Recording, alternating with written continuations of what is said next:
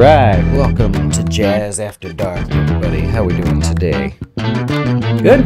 Actually, a client sent this to me. It's the Glenfiddich Single Malt Scotch Whiskey. It was a nice gift to receive. You don't have to send us gifts, by the way, but obviously that's pretty cool. They said you need to grow up and start drinking Scotch, and a couple people have said that to me now, so here we go.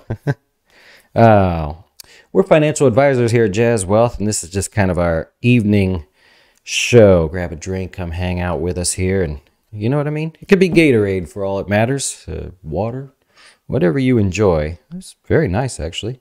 I'm not much of a Scotch guy, but we'll give it a shot here tonight and just straight up with no water or anything. So let's see what we've got. Our topic is something that I cover often, but I'm going to try to go a couple different ways here tonight. And of course, you guys will let me know what you think.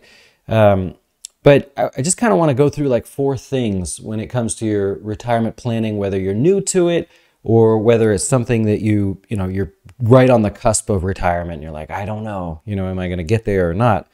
Oh, that smells very good. It's very fruity. Almost like an apple cider in there a little bit, just to be weird. Okay. Whoa. So I'm a bourbon guy, right? So it's much stronger, but incredibly good, actually. They probably sent this knowing that I'm a bourbon guy. Definitely get that sherry, kind of almost towards the fruity side of it. For not being a Scotch guy, that's impressive. I'll give you that. I'd rank that 87 in the world of Scotch, and I'm not like a pro or anything. But that is very good. Okay. All right. So Steve, yeah, you nailed it there. Thank you for that. I will enjoy that for sure. Retirement planning sometimes is really boring, and a lot of people don't want to focus on it. But I'll just jump in with tip number 1 here is you got to know your current expenses. So if there's ever a definition of someone living on a fixed income, it's going to be most of us in a retirement. We know we have a limited supply of dollars, and we've got to make it, hopefully, through our long retirement life. And so you got to be close. This is the number 1 sort of pet peeve thing that I come across with clients is we do this detailed planning and, if they want it, and we'll just keep going deeper and deeper. And oftentimes we get to the expense part and I'm like, well, what are your monthly expenses? And they're like, I don't know, like $4,000. Really? Like exactly 4,000? That's kind of crazy. Or exactly 6,000, whatever the number is. So I'm not a big proponent of budget every dollar and, you got to live this rigid life there. I think most of us probably don't do that. You do have to have some form of a budget. You got to know your expenses. And so we're starting with a couple easy ones here. Tip number 1, know your expenses. Your bank, most banks these days, they track your expenses and they have a free budgeting thing in there. It'll just show you how much you spent on dining, entertainment, utilities, things like that. So even just a broad guess will do the trick there. Tip number 2 is, I'll stay with the easy stuff here to start, and then we'll get a little geeky. That 401k match is a big deal. Right? I probably don't have to say it. This is probably silly to say, but you do contribute to your 401k up to the match. And actually, I believe I have something for you.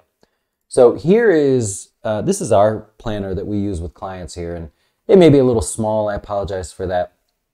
But we've got some of the data here for Mr. Fictitious Louis Armstrong. And notice over here, he's saving 5% of his salary and he's getting a 5% match. So with all of this included, everything that we've worked through for Louis, we know that we have a surplus. The man can live his retirement happily, and there's a graph that goes off the charts, off the page here. But I want you to notice the difference. So the surplus he will have at retirement is $344. Let's pretend his employer still matches 5%, but Louis is 50. It probably relate to a lot of you. It seems to be our audience. Louis is 50, and let's just pretend that he goes 0. Watch how this changes. That's crazy. It went really $200,000 lower, right? Let me put the 5% back there for a second. I'm sorry, $300,000 lower. That's why I went back. And a lot of that's just coming from his 5% match in such a short time period. Granted, it's 27 years that he's going to till he retires, but that match is so huge here. So it's 100% return on your investment. You may not like the choices in your 401k, and that's okay. That comes along with the territory, but you're getting that match, and your investments are not going to be, they're not going to do poorly. Even a target date fund may not be like a heroic return, but you got to focus on that. So that's a great example, actually, and that was the last second addition there to the show here. The third thing, we know that when you save $1 for retirement, or really any long-term goal, you start with the best account for that dollar to go into. And in retirement's case, it's a 401k or a TSP or 403b, 457. It's usually an account with a 4 in the title. Okay, that's cool. But we're only contributing up to the match. You don't have to save more than the match in your 401k. I mean, you can, but you don't have to do that. There's so many other options that could really, really make a difference in your total tax paid through retirement. So we often blindly just put money in a 401k. All right, that's fine. When you hit your match, though, the very next dollar that you save, I want you to question whether it goes in the 401k, an IRA, probably not, a Roth IRA, a brokerage account. These are our choices. Where do we put the money? Do you get really diverse and do something like a separate asset class as opposed to something related to the stock market? That's what I want you to question. Whoever helps you with that, if you're a client here, of course, I'll help you with that, but be mindful of the next dollar saved, and I'll show you why. If we compare, I'll just do pre-tax to post-tax. If we compare pre-tax to post-tax, we're looking at your current tax rate, which this is what we have to work with at the moment. These are the brackets. And then we want to compare it to your projected tax rate in retirement. So if your current tax rate is very low, let's say it's 12%, but you're saving, ungodly amounts here, and your tax rate in retirement is going to be higher, or you perceive it to be higher, there's an advantage there. So for example, someone whose top bracket is 12% right now, and they're saving in the Roth IRA, and their top tax bracket in retirement, maybe because of extra income or whatever it is, royalties or something, will be 22%. There's a almost 13% advantage in the total difference that you take home on a monthly basis. That's a return. So we often look at, the stock market and we say, I put dollars in, I want to see it grow. All right, it will, but, we fluctuate and the market's had a bad year last year. You get it, right? Over time, you'll trend higher. But when it comes to this game, where does the next dollar go? In this case, 12.8% added return comes to this person who said, I'm going to put my additional dollars in a Roth and spend them later in life in a higher bracket. You see where that's going there? So you can take a screenshot or whatever if you like, but that is the broad outlay of how that works there. It would be really horrible. Let's bounce back real quick.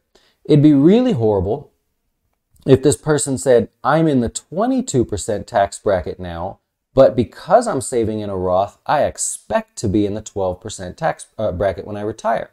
You would be short 11% less dollars than you would have had. Let's say you just continued to fill up your 401k and you thought nothing of it. You're missing out on that return, that 11 extra percent. That's on a monthly basis.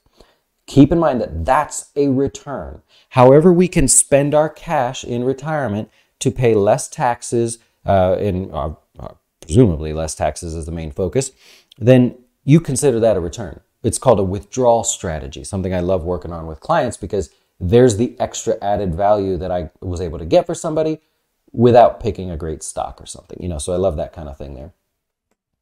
And the final thing is before, I say about 2 years before you retire, I want you to start breaking your net worth up into buckets. Buckets are the common term used, so I'll continue that and I'll use the term here. But think of your dollars as buckets, and each bucket has a different investment strategy. And I don't really have a simple way to explain this other than making a very, sort of archaic, elementary, slide here. So 2 years before retirement, let's pretend you're going to retire at 62. So at about age 60, you're going to say, I need a 7 to 10 year window bucket. I need a 10-year bucket, and I need a 5 to 7 year bucket. I called them windows. You can call them buckets. 2 years before retirement, we're starting to shift 3 years of cash or safe investments. You can start laddering CDs. It's quite popular these days. You might be looking at a mid-cap dividend type fund, very or lower volatility, and sprinkle in some small cap growth. That mix right there is obviously, I can't say it's the most ideal, but that's an ideal mix to allow you to weather a downturn.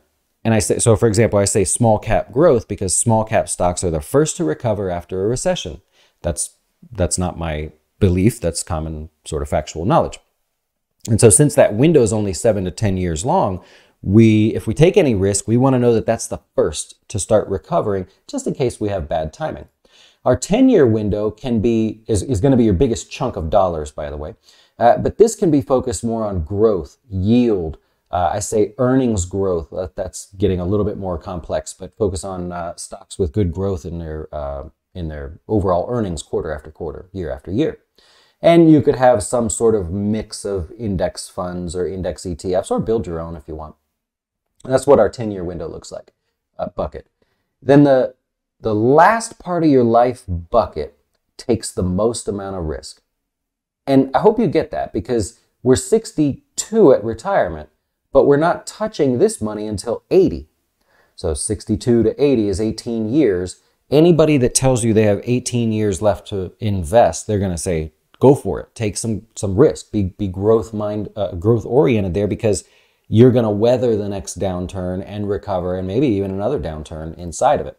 So in that window, we want as much growth as possible. Notice we don't want any yield. We don't want CDs or money that we are laddering in CDs or bonds or anything. We want growth. Growth companies, growth stock ETFs, growth stock mutual funds, if that's all you have an option to participate in. We want earnings growth, companies with earnings growth. I want to continue to focus on that. And any kind of index exposure that you can get. For those of you that say, I don't have Jazz Wealth to help, I don't have or want that kind of help, well, make it simple and go the lazy route and just have an index fund in there if you'd like. So the fourth tip today is, when you get about 2 years away from retirement, it's time to slice up your total net worth. And I didn't include real estate in there as well. A lot of younger people are really into real estate, and that's okay. And so that may be part of your bucket. That bucket would be both a tax-advantaged bucket, as I'm sure you would know, and also maybe a legacy bucket as well, because you ultimately may use that real estate for income and then say, well, when I die, my kids can have it, or someone can have it. Give it to the SPCA or something. So tip number 1, please know your expenses. That's a tough one. Just know your expenses. Tip number 2, 401k up to the match. And then don't necessarily stop, but start questioning if any new dollars should go to the 401k or not. Maybe it should go to the Roth or a brokerage account, things like that. Tip number 3, be mindful of your next dollar saved. That's the tip number 3. And tip number 4 is 2 years before retirement, start bucketizing in your head. We don't have to take action necessarily, but we're going to start working on that first bucket and then making sure that those other 2 buckets both have the investments that they should have, but also those investments are in the accounts that they should be in. And basically the short story there is, it may take some time to shift that growth into your Roth IRA and slide away from that in your IRA or your 401k or IRA rollover, whatever it may be. All right, again, Steve, thank you for the Glenfiddich single malt Scotch whiskey. Oh, sherry cask finish. That explains the sherry. Very good. I'm actually very impressed. I've not been a Scotch guy, but this is quite tasty. I will enjoy the rest of this and see you guys tomorrow on the closing beat, and then again here for Jazz After Dark.